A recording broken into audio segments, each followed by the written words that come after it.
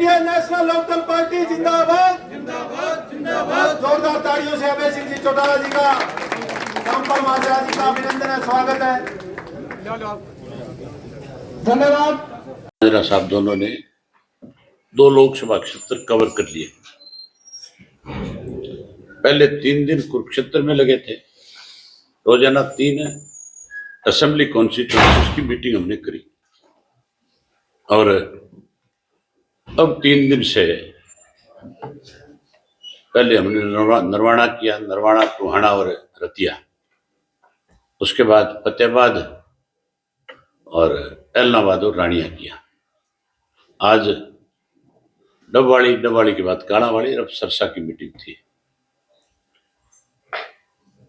ये जो हमारी मीटिंगें थी, इनमें हमने कार्यकर्ताओं की बैठक बुलाई थी ताकि इलेक्शन की उनकी आगे जिम्मेवारी लगाएं कि उन्होंने किस तरह से पार्टी के प्रचार प्रसार को आगे बढ़ाना है,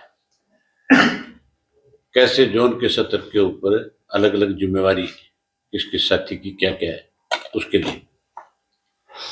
लेकिन ये हमारी मीटिंगें कार्यकर्ताओं की मीटिंग थी, वो जलसों में तब्दील हो गई। मतलब कोई मीटिंग ऐसी नहीं थी जिसमें 5-4 हजार लोगों की हाजिरी ना हो। जो लोग इंडियन नेशनल लोकदल पार्टी को कहीं बहुत कम आंकते थे, आज उन लोगों के फोन आने शुरू हो गए। अब तो एक चर्चा का विषय बन गया पूरे प्रदेश में कि इंडियन नेशनल लोकदल पार्टी जो है वो एक अलग तरह का 4 तारीख को जब रिजल्ट आएगा जून को, तो लोगों को तो अचंभा नहीं होगा, लेकिन जो हमारे विरोधी है उनको बहुत तकलीफ होगी उससे। मैं हमारे कार्यकर्ताओं की मेहनत के बलबूते पे एक बात खुल के कह सकता हूं कि सरसा लोकसभा सीट जो हम लाखों वोटों से जीतेंगे, हर हालत में जीतेंगे। ये सारे इकट्ठे भी हो जाए ना, जैसे मुझे इलाहाबाद में हराने के लिए इकट्ठे हुए थे और मुझे लोगों ने जिताया था, उसी तरीके से आज उत्साह है सब में कि हम हर हालत के अंदर सरसा को जीतेंगे। आगे 6 तारीख तक की हमारी मीटिंग हो रहा है। 6 को चौधरी देवीलाल जी की पुण्यतिथि है। आपके माध्यम से मैं सारे प्रदेश के हमारे पार्टी के साथियों से कहना चाहूंगा, जो चौधरी देवीलाल के प्रति श्रद्धा रखते हैं, उन लोगों से भी कहना चाहूंगा कि प्रदेश भर के अंदर जगह जगह पे चौधरी देवीलाल जी के स्टैच्यू लगे हुए हैं। हमारे युवा साथियों से तो कहूंगा कि वो उस दिन ब्लड डोनेशन करें जो लोगों के काम आए।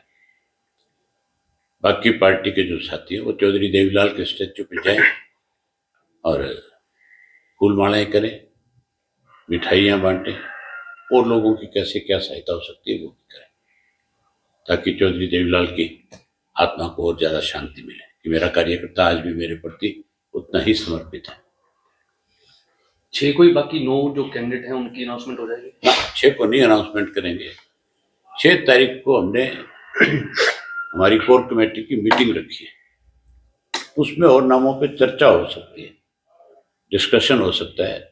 रखी चुनाव के लिए मीटिंग, उसमें चौटाला साहब होंगे, उन्हीं की अध्यक्षता में मीटिंग होगी दिल्ली में।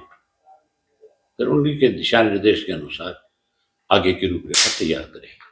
चौटाला साहब, कुरुक्षेत्र आप मीटिंगें करके आए हैं, किस तरह का समर्थन आपको मिल रहा है?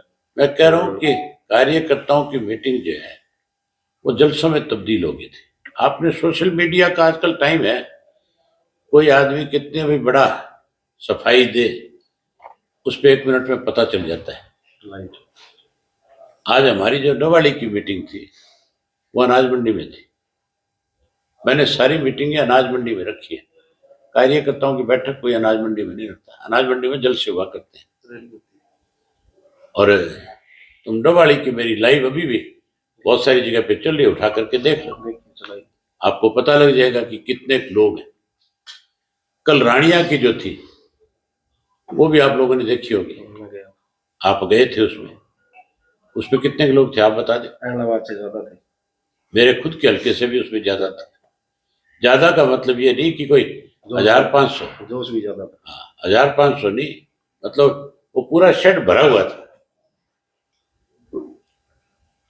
तो फिर जब लोगों में इस तरह का उत्साह है, जोश है, सरकार के प्रति जो नाराजगी है, मान के चलो जहां सरकार के प्रति नाराजगी है वहां कांग्रेस के भी 10 साल के शासन को लोग भूले नहीं है।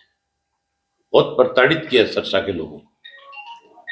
सरसा का कोई व्यक्ति किसी के बहकावे में नहीं आएगा, अब तो सीधा फैसला करेगा। आज अशोक तंवर का भी विरोध हुआ है जी, किसानों ने झंडे दिखाए हैं, नारेबाजी की है, करनौली गांव का त्योहार। आप मुझे बताओ स्वागत क्यों करें इनका, जब ये किसानों का विरोध करते हैं। इससे ज्यादा बड़ी शर्म की बात हो नहीं सकती कि मनोहर लाल खट्टर जब अपनी सुरक्षा के लिए सरकार से मांग करता है तो उसको जो सुरक्षा प्रदान की जाती है उसमें लिखा हुआ है कि इसलिए इसको जेड सिक्योरिटी दे दी जाए कि इसको किसानों से डर है। हमारा तो प्रदेश ही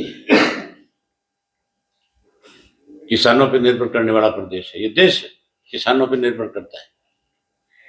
हमारे तो देश का नाम कृषि प्रधान देश है, और वहां अगर कोई प्रधानमंत्री रहा हो, वहां कोई मुख्यमंत्री रहा हो, वो कोई सिक्योरिटी लेने के लिए और उसके लिए पुलिस डिपार्टमेंट ये लिखे तो फिर उसको हमारे प्रदेश में रहने का अधिकार नहीं है। इसका मतलब सीधा है कि उसने मुख्यमंत्री रहते 9.5 वर्ष में किसान कम्युनिटी को सबसे ज्यादा परेशान किया है। अब मौका है, वो किसान इससे बदला लेंगे, इसीलिए इनका जगह जगह विरोध होगा। एक समय ऐसा आ जाएगा चुनाव में कि हर गांव के अंदर जैसे किसान आंदोलन में लोग सारे राजनीतिक मतभेद भुला बैठे थे, उसी तरह भुला करके इनको गांव में बैनर लगा करके गांव से बाहर निकाल देंगे। जहां बीजेपी वाले नेता चाहे सीएम या पीएम कहीं भी जाते हैं, एक ही नारा उनका रहता है कि हम 400 पार कर रहे हैं। यहाँ पे 75 पार का नारा लगाया था, 40 में सिमट गए थे। कुछ स्वार्थी थे, भूख ज्यादा थी, सत्ता में जाना चाहते थे, उनकी वजह से सरकार बन गई। जो 400 पार की बात करते हैं, जो हरियाणा के 10 की 10 जीतने की बात करते हैं, सरसा तो तुमने अपनी आंख से देख ही लिया। 400 पार नहीं है, 200 पार भी नहीं कर पाएंगे। ये जो ईडी है, ये ईडी ही ले बैठ जाएगी। आप किसी को दबा करके, डरा करके, धमका करके वोट नहीं ले सकते। दिल जीत करके तो ले सकते हो, किसी के लिए अच्छा करके ले सकते हो,